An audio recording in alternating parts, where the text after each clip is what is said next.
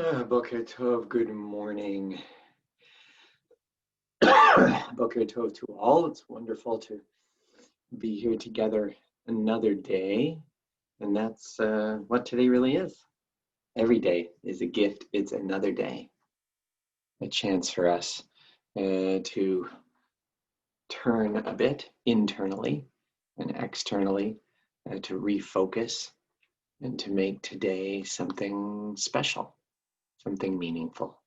Every day can be that. And today I'm excited that we can hopefully make today something really meaningful and wonderful and that sets things off in a good direction. So Boker Tov from Temple Sinai, good morning. It's wonderful to be here together this morning on this 8th day of the month of September as we gather to connect, to reflect, and to remember. And being that yesterday was the traditional Labor Day weekend, I know that not all schools are in session today, but throughout our stream this morning, I'm thinking in particular of the students, of their families and their bubbles, of the teachers and school workers and maintenance workers and their families and their bubbles. That as we take this really huge step, that we can do it in a way that is responsible, that is safe, that is meaningful, and that rises to really challenging times. But I really pray that this time might be one where the kids in particular can balance, where it's safe getting to be with other children again, and at the same time being led and guided in the kind of habits that are going to make all of us as safe as possible. That's really in the background for me of all of our prayers today as we turn to our daily prayers that enable us to get a focus on our day. And so there's a special meaning in Shel Yatzal, which is gratitude for our bodies physically working, and that our bodies were created so that we can face moments like this as long as we combine our brain, our body, and our spirit. Join with me, please. Blessed eternal God, creator of the universe, you have fashioned our bodies with wisdom, creating within us a finely balanced network. To stand before you in prayer is itself a fragile miracle. Eternal God, we praise you as the healer of body and spirit. The soul that you have given me, O God, is a pure one. You have created and formed it, breathed it into me, and within me you sustain it. So long as my soul is within me, I will give thanks to you, eternal my God and God of my ancestors, source of all creation, sovereign of all souls. We praise you, eternal God, in whose hand is the power of all life and the spirit of all flesh. Let's join together in the prayer for Torah study, the prayer for learning, the prayer that says that every day we want to find a way to learn that is sweet, meaning that it is healthy and safe and meaningful and enjoyable. And we do pray, not just, the wording is in the second line of the second paragraph, second half, in the end, nachnu v'tze'etzaenu, us and those who come forth from us. Doesn't say our children. We're really praying for all children, for all of those among our people and in our society and in our world, so that they might have the opportunity to learn safely. Please join with me in the bracha.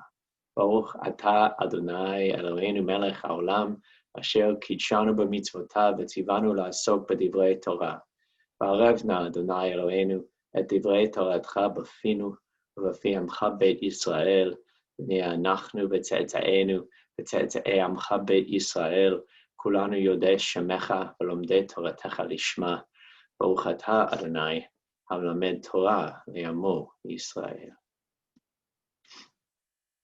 And so we continue actually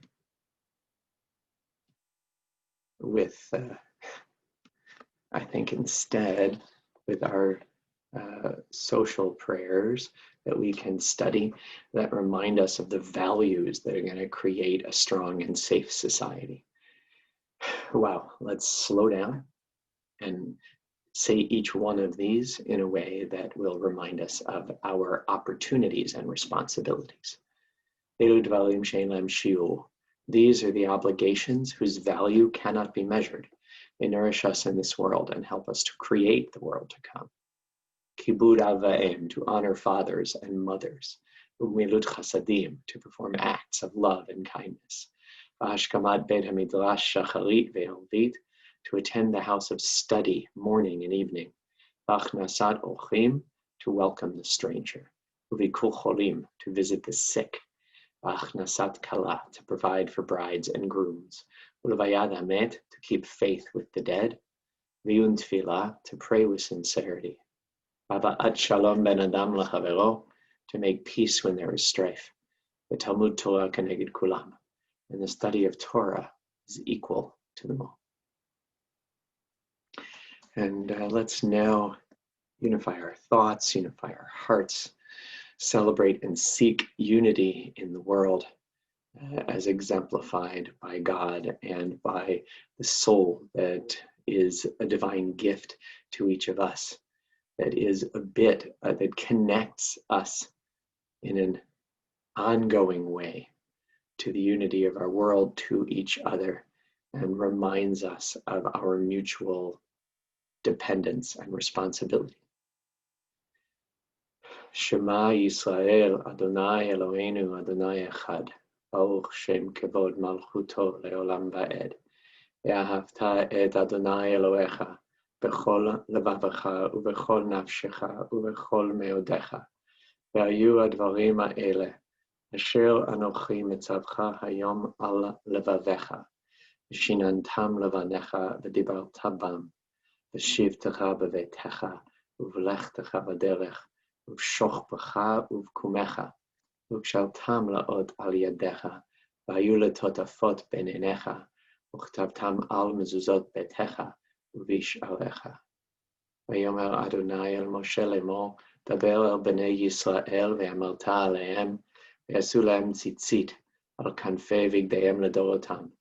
ונתנו על ציצית הכנף פתיל תכלת. והיה לכם לציצית וראיתם אותו, וזכרתם את כל מצוות אדוני ועשיתם אותם. ולא תטורו אחרי לבבכם ואחרי עיניכם, אשר אתם זונים אחריהם, למען תזכרו ועשיתם את כל מצוותיי, והייתם קדושים לאלוהיכם. אני אדוני אלוהיכם, אשר הוצאתי אתכם מארץ מצרים, להיות לכם לאלוהים. אני אדוני אלוהיכם. אדוני אלוהיכם, אמת.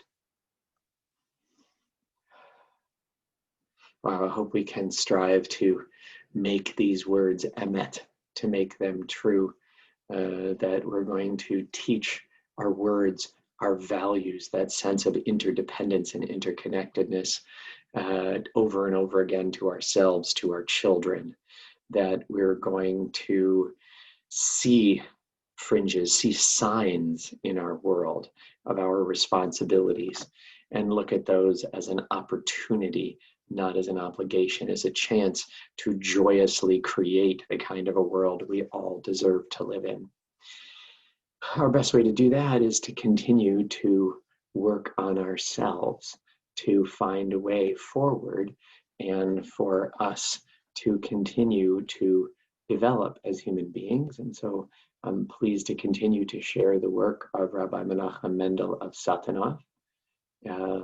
These two qualities that are mentioned in his book, Sefer Cheshbon HaNefesh, the book of spiritual accounting.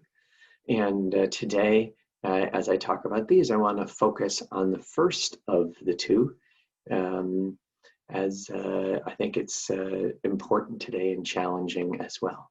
So please feel free. These are for each of these ideas in his book. He gives a brief reminder that we can say over and over again to have that idea with us. And then he fleshes out these challenges, these growth areas for each of us. And that's what they are, not targets, not something to be checked off and done forever, but growth areas to choose on an ongoing basis. Neatness. Let there be no confusion or ugliness in your things or in your room, let alone about your body or clothes. Balance, ease. Sages choose their words and actions carefully so that they are not called evil for doing good. I want to return to this idea of cleanliness, of nikiyut, in Hebrew, cleanliness or neatness. It is a really important idea, one I admit that I find challenging. I'm one of those people who is prone to clutter. At the same time, it is something that is both helpful and can be misguided or confusing if we don't pay attention to it in the right way. I was rereading this section yesterday, getting ready for today, about nikiyut, about neatness and cleanliness. And it reminded me that Rav Levine makes a really important distinction in each of these personality growth areas, in each of these characteristics, that I think if we can all carry in mind, it will make work like this not only more doable, but healthier and more important. He points out that the idea of neatness, of cleanliness, is, like all of the 12 other ideas, his 13 characteristics, extremely important, but that the real work here is to take that idea and to apply it inward. There is a temptation to take these ideas and apply it outward. What do I mean by the distinction? What I mean is that this work is work of saying, how can I better myself? How can I challenge myself? The Hebrew word for prayer, palel, in quite literal fashion, means to sit in judgment on oneself. This is enormously different than sitting in judgment on others. And Rav Levine warns us against the temptation when we focus on a characteristic such as this to say, well, I'm focusing on it. Look at that person over there. Look at that person over there. Why aren't they? Why is it that they're not measuring up in area 1 or area 11 or area 7, or who's to say? And that, in fact, is a judgmental failing that we have to really watch out for. I think it's kind of wired into us that once we're thinking of a characteristic, that we have a natural inclination to use it not just to look at our world and our environment, which he urges us to do this week, but to start to use it to judge others. And that's something we must strongly guard against. He points out very clearly in his discussion of nikiyut, of cleanliness and neatness, that when we see someone who themselves is not currently living this characteristic, we don't know what's going on inside that person. We don't know what their challenges are, what their opportunities are, who they are, what they do, and are like every other moment except for the one we happen to be seeing them in. And for us to decide, therefore, that we can make some kind of judgment on them based on their external appearance is a major error. It's a significant failing, and one that we are eventually prone to and must guard against. It's not ours to know the internal life of another person. It is, however, ours to focus on ourselves and know our own. That he points out in this chapter that there is a temptation to say, especially when one is focused on other areas of importance, to say, I'm busy with spiritual concerns. I'm busy looking after others. I have to focus today on my important job rather than on these aspects of myself. He points out that these, while real situations, do not remove our opportunity to take just a corner of our world, something I actually tried physically to do last night, to take just a corner of our world and neaten it up and make it neat as a reminder, not that cleanliness is next to godliness, as I used to hear growing up, but rather that we want to live an attitude of respect. We want to be grateful for the gifts in our lives, wow, for the people in our lives who make them what they are. And so to do that, one of the ways we can do that is by presenting ourselves and presenting our place in the world as a place of order, a place of neatness, a place of cleanliness, which means a place where we live out the idea that we respect and are grateful for the gifts in our life and the people in our life. And to do this is an extremely important task today and every day. But again, these tasks are ongoing projects to work on. And I hope that we can do that. Especially, I don't think growing up and going to school, walking into an organized classroom, I really ever appreciated the kind of work that goes into that. And especially under COVID-19, if we are going to make it through here in Canada these next number of months, this next period of time, without a significant increase in cases and difficulties, we're all going to have to work together to take the conditions of our environment seriously, to each own our own personal responsibility for our contribution, for our ability to keep everyone safe, and to show respect for the kind of hygiene protocols that we weren't familiar with 7 months ago and may not ever have wanted. But this is a time not to focus on what we want, but on appreciation for those who are creating the opportunity for children and adults to learn safely, and for all of us to have the opportunity to really experience a time, hopefully, that can be what it is supposed to be. That can be a time where we can go out not in a way that is forgetful of our larger situation, but rather that we can take responsibility and therefore be able to take care of one another, and especially to take care of the young people and those that they're in contact with during this really challenging time. And so today in particular, as we turn to our prayer for healing, I have in mind Jacob Blake. During a time like this, we can't forget for a minute those who are in danger or whose lives have been affected, whose health has been damaged by institutional racism and hatred that continues to be part of our life. And even more so, I have very much in mind today those in the Temple Sinai family who are isolated or ill or facing end-of-life moments that are so challenging. And today, as schools continue to open, will start to open, we have in our hearts all those who are part of that system and all those who are affected. And we say, let's do our part to be strong and to be healthy with and for one another, and pray that we can do that with and for ourselves, and that God will strengthen us in doing so as we turn to these words of healing. משברך אבותינו אברהם, יצחק ויעקב, אמותינו שרה, רבקה, לאה ורחל, לא ירפא את כל מכותינו. יהי רצון מלפניך אדוני אלוהינו, לחל עמם ולרפאותם, תשלח לנו מהרה רפואה שלמה ותרת שלום, ונאמר Amen. May the one who blessed our ancestors bless and heal all who suffer. May it be the divine will to provide healing and strength. Reveal to us the holiness of life, the wholeness of shalom, and together we say, Amen. And having taken a bit of time to connect and to reflect, now we take some time to remember, recalling the loved ones whom death has recently taken from us, those who died at this season in years past, and those whom we have taken into our hearts with our own.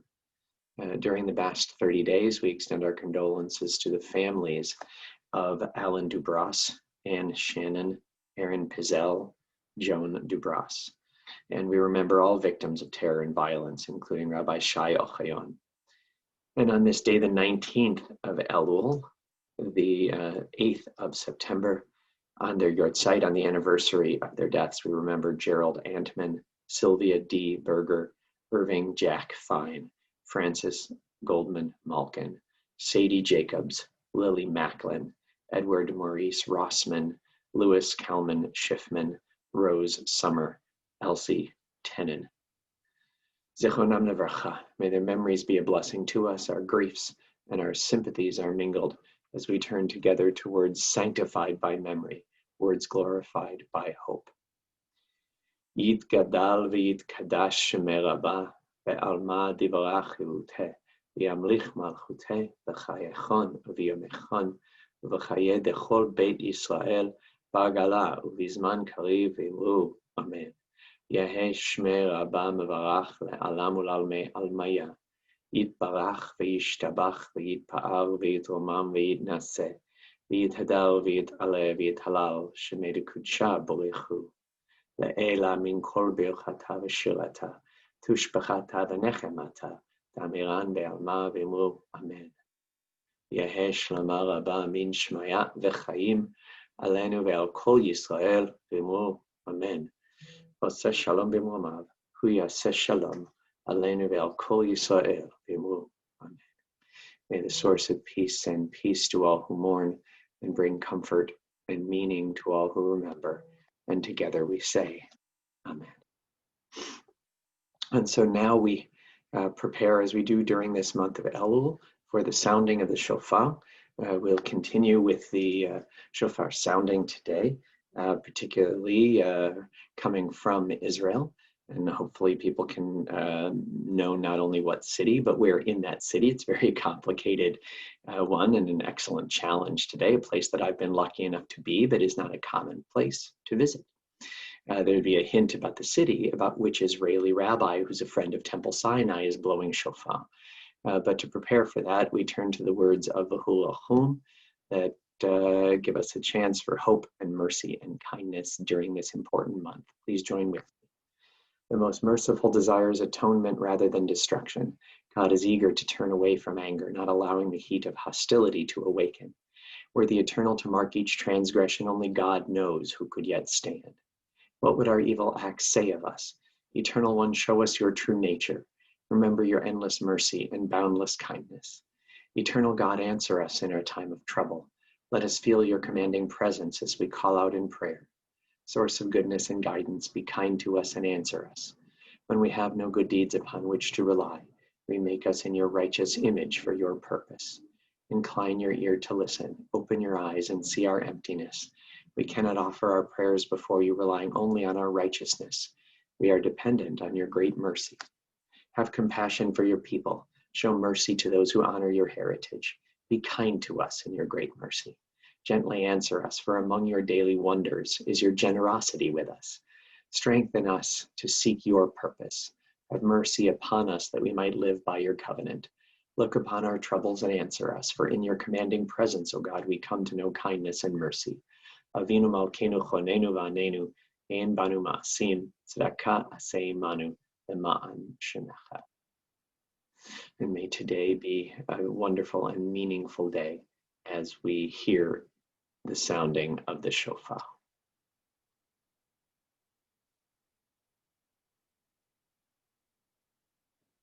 Shalom to our dear friends in Temple Sinai in Toronto. I'm in a very special site in Be'er Sheva, a site that has to do with modern Israeli history, a site that has to do with the establishment of the State of Israel, and it's also very close to our merchav, to the space where in Ramot Shalom congregation we hold our services. Chodesh Elul Kvar Kan, the month of Elul, the last month of the Hebrew year is already here, and it's a good time to think back about the year that we've had. And it's never too early to wish you all a better year, Shana Tova, a healthier year, a safer year for all of us on either side of the Atlantic.